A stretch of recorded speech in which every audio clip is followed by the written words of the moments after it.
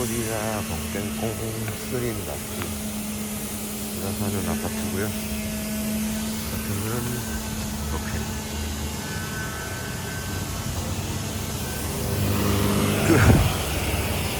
며칠 전에 털렸어요. 저기가 털렸다는 게 무슨 말이냐면 불법 일 하는 뉴스 많이 보셨으니까 내용은 어차피 다들 아실 거니까 경찰이 들어와서 우리나라 지금 특공대 같은 경찰이 들어와가지고 몇십 명씩 잡아왔다 그러더라고요. 뭐 대부분 캄보디아 사람이고 또 위에 책임자가 중국 사람이고 그런 것 같아요. 이게 빨리 그런 게 좀 없어지고 해서 안정화가 돼야 되는데 또 한편으로는 그래요. 이게 캄보디아에서도 5년 동안 살아봤지만 저 사람들이 나쁜 사람이죠. 불법하는 사람들이. 근데 참 안타깝게도 저 사람들이 여기에 또 한 축을 하고 있는 게 안타까운 거예요.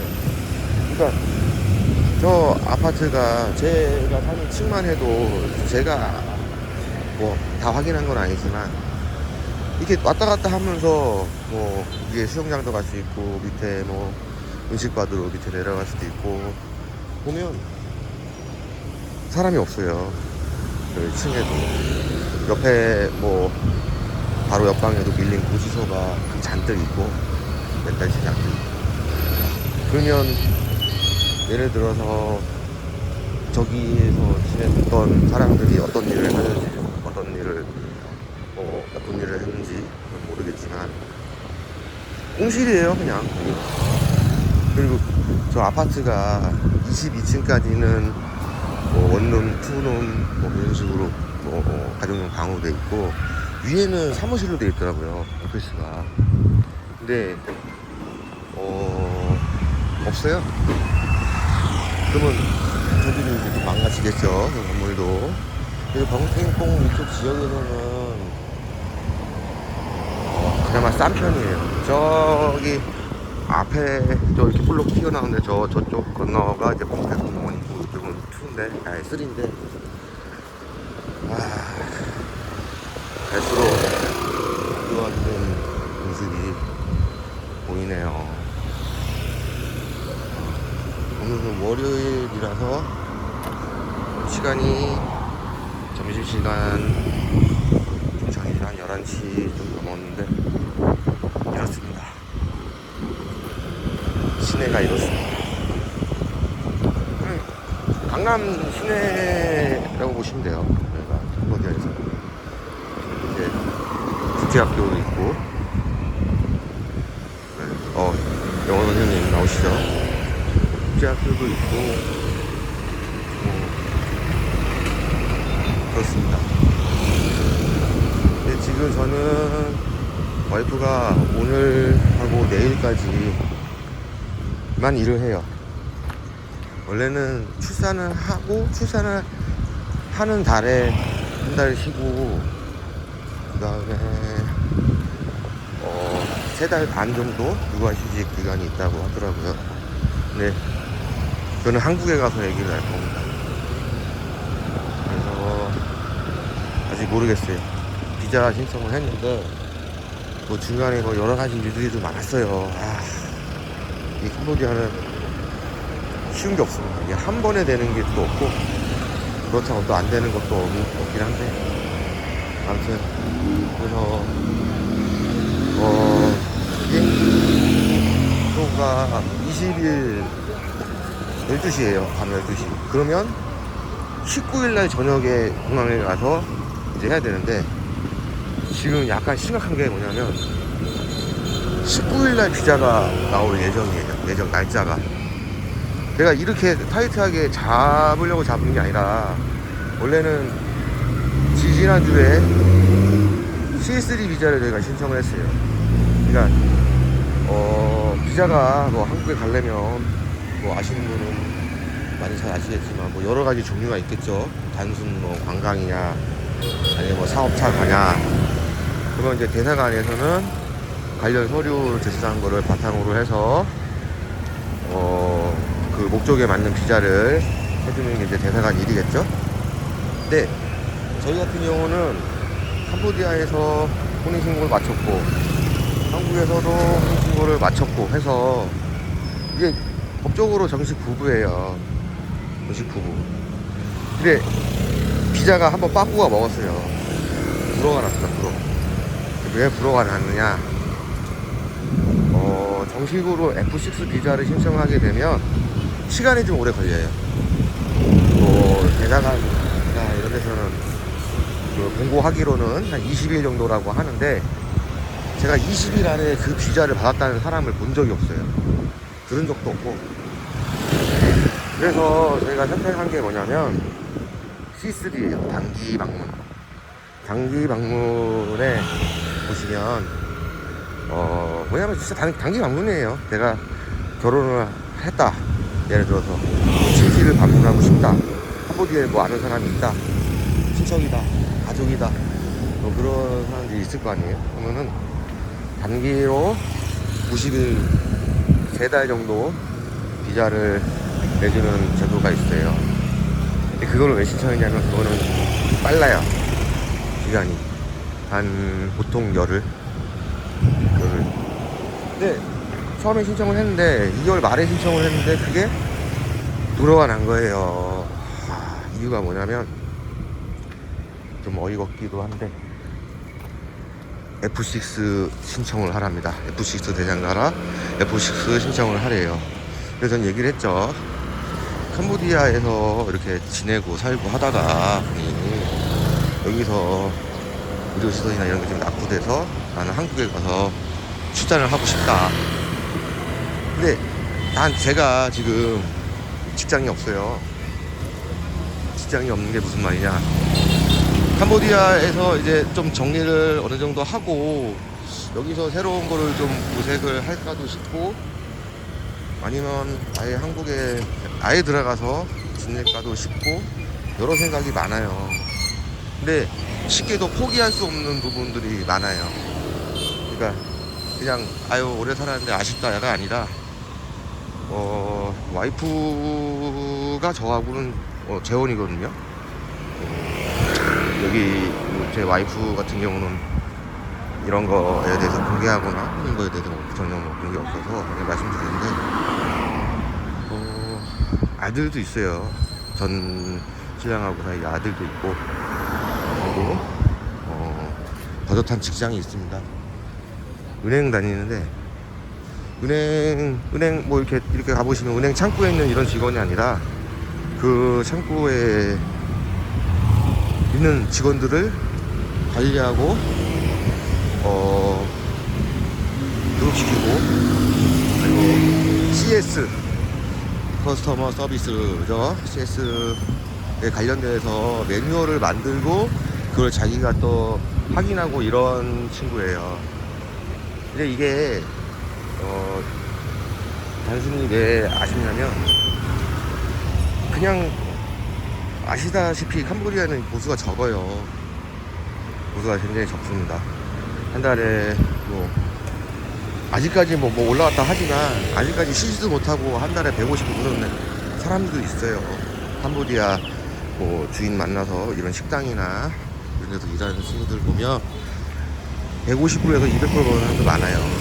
아직까지도 법적으로 우리나라도 솔직히 그렇잖아요. 최저 시급이 뭐 최저 임금이 얼마다 해가지고 참 최저로 그거 이상은 줘라고 해놓고 솔직히 좀 안 지키는 것도 있잖아요. 여러 가지 뭐 편법을 통해서라든지 근무 시간을 단축시킨다든지 여기는 뭐 그런 것도 없는데 그냥 그렇게 줘요. 그리고 이제 방을 주죠. 방. 예를 들어서 저기 약국이다. 예를 든 겁니다. 저거 아닙니다.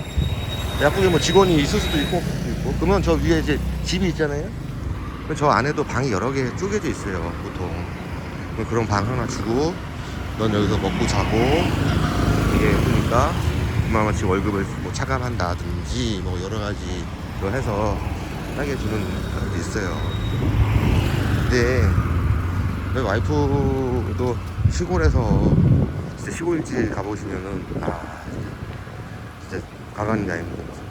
근데 거기서 어쨌든 나름 공부 열심히 하고 서울로 상경한 거죠. 이 범균공원에 와서 대학교도 4년제 졸업하고 돈이 어디서 더 그렇게 했냐, 일하면서 다닌 거예요.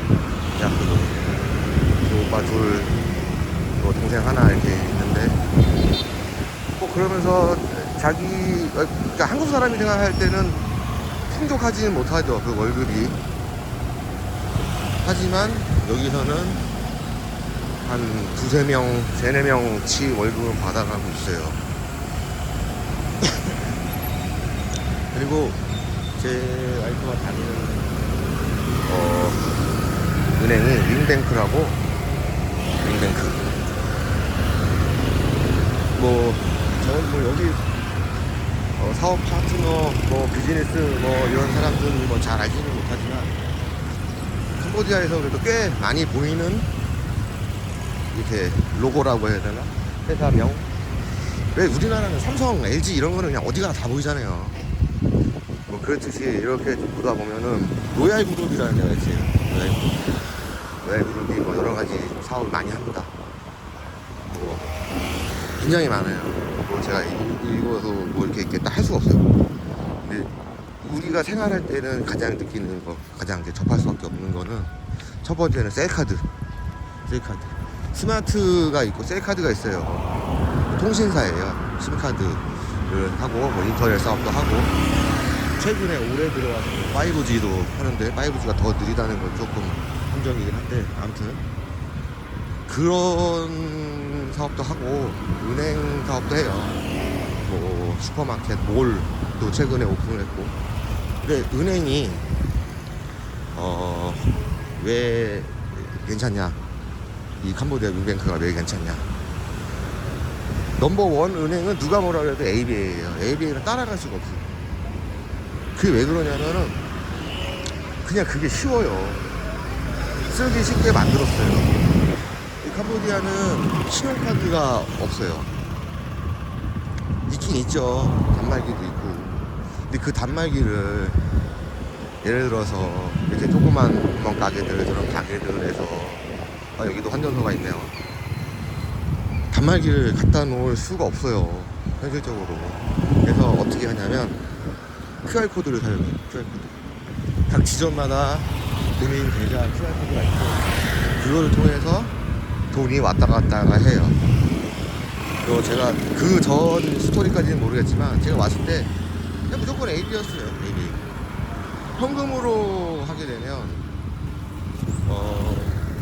분명히 여기도 유통되는 돈은 리엘이에요. 캄보디아 돈인데 그걸 기준으로 달러로 계산을 해요. 그러니까 쉽게 얘기해서 어디 로컬 식당이나 이런 데를 가면 무조건 기준으로 다 리엘로 계산을 합니다, 일단은.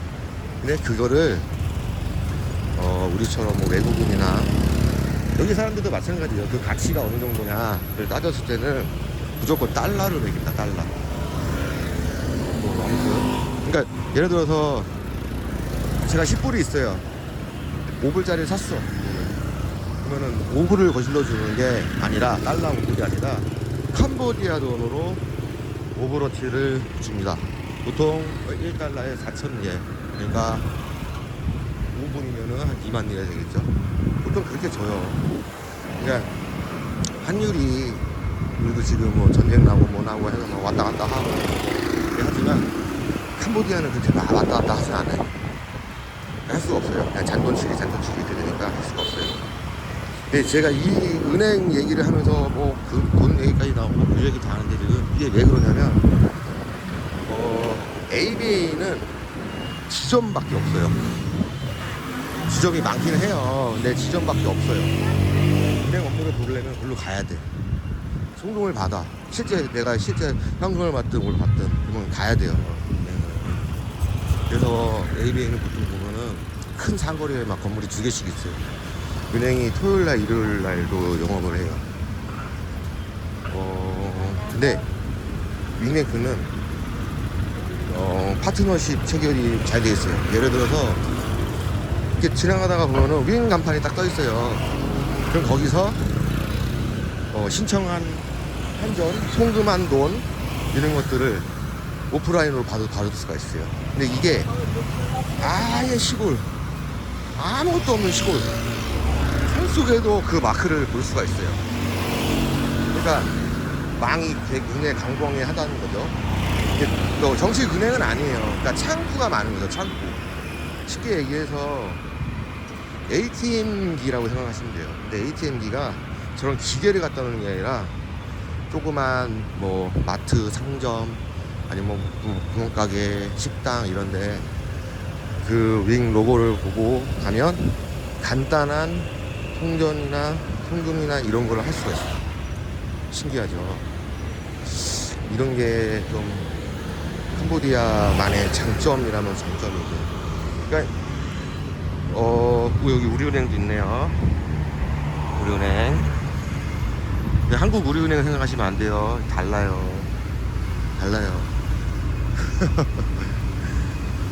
아무튼 그렇기 때문에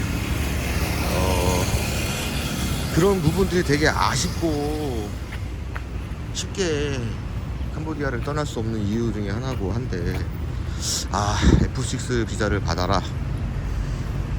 좋죠. 당연히 해야지. 그렇게. 그럼 왔다 갔다도 되고, 뭐, 의료보험도 되고, 다 좋으니까. 원래 그게 맞는 거예요. 근데 중요한 거는 와이프가 5월 달에 아기가 나옵니다. 지금 오늘이 3월 16일이에요. 대사관에서는 제가 재신청한 건에 대해서는 19일 정도 예상 날짜로 나왔어요. 근데 제가 아까도 말씀드렸죠. 19일날 비행기를 타러 가야 돼요. 쫄립니다. 만약에 이거가 안 되면 모든 걸 다시 다 해야 돼요. 다시. 방도 며칠이라도 더 연장해야 되고 다 해야 돼요. 근데 안 해줄 이유가 없어요. 안 해줄 이유가 없어요. 신청 대상자지만 C3 비자, 단순 관광 비자 그 안에 예를 들어 이런 내용도 있어요. 내가 내가 한국에 집이 있어. 한국에 살아요. 근데 뭐 남편 출장 때문에 아니면 남편이 뭐 주재원으로 와서 꼭 캄보디아가 아닙니다. 이거는 외국에 나왔어요. 그러면 보통들 바다 노무미를 고용하는 집도 또 꽤 많을 거예요. 그러면 그 사람들이 여태까지 도와줬잖아요. 집안일을, 가정일 뭐 이런 거 도와줬는데 갑자기 이제 한국 여자가 임신을 하게 된 거예요. 그래서 나는 보고 돌아가고 싶어. 한국에서 애기를 낳고 싶어. 근데 우리 현지에 있었던, 캄보디아에 있었던 뭐 예를 들어서 미스 김이 참 일도 잘 도와주고 했는데 얘 못 데리고 가나? 잠깐 나 애기 날 때까지만이라도. 그게 조항이 분명히 이게 적혀 있어요. 기회가 되면 아니면 뭐 편집 통해서라도 제가 잘 못하지만 보여드릴 수 있으면 보여드릴게요. 그 내용이 적혀 있어요. 그러면 이게 뭐 인도적인 차원이에요. 인도적인 차원. 처음에 인도 카리 얘기하나 아니면 인도적인 차원. 그러니까 사람으로서의 도리라는 얘기겠죠. 인도적인 차원. 사람으로서 도리가 이 비행기 표가 딱 왜 20일날 그러냐면 제가 딱 32주 되는 그 시기예요.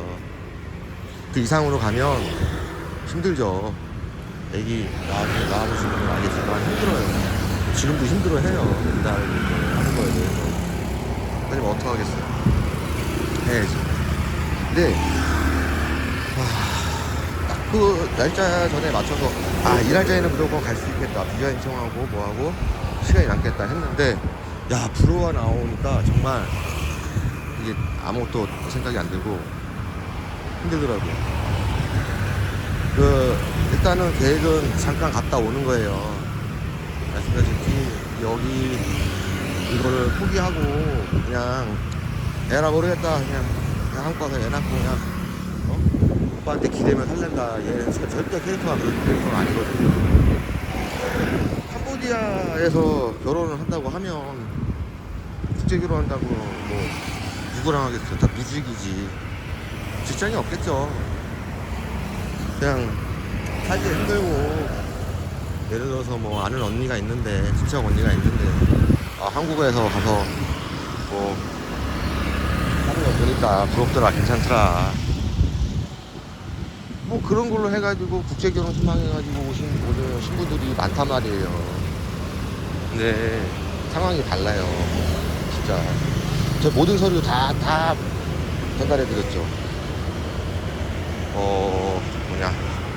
임신 확인 진단서, 재직 증명서, 그 다음에 뭐 학력 뭐 증명서, 여러 가지 다 했는데 사실 C3 만드는데 그게 다 필요가 없어요. 뭐 C3 단순 관광 쪽 비자인데 왜 임신 진단서를 들이밀겠어요, 제가. 바보도 아니고.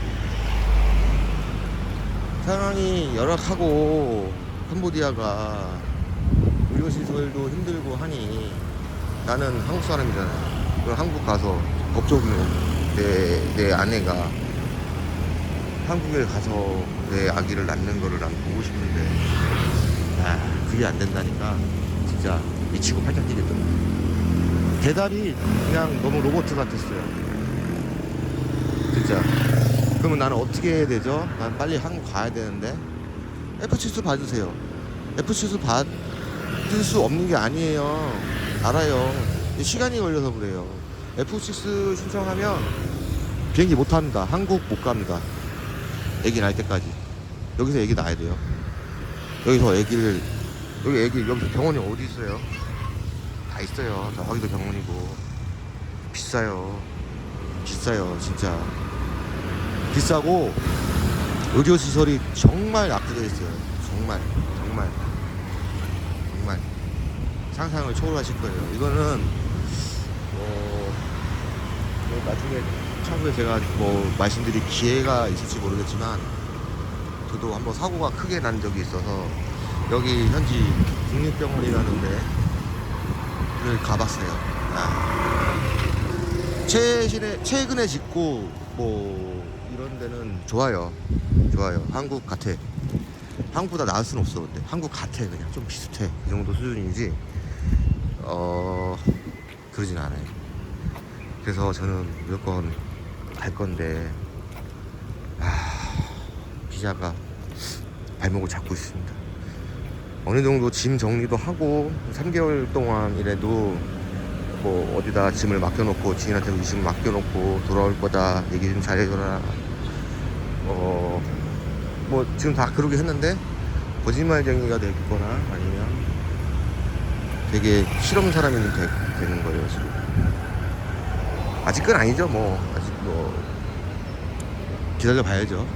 18일 날 나올 수도 있고 19일 예정이니까 19일 어쨌든 비자 업무 처리하시는 게 보통 오후에 하신다니까 오후에 뭐 진행하거든.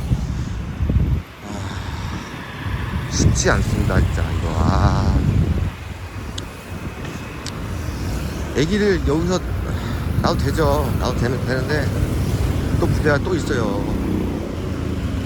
보통 한국도 직장 생활을 하게 되고 하면 부모님들이 같이 봐주시잖아요.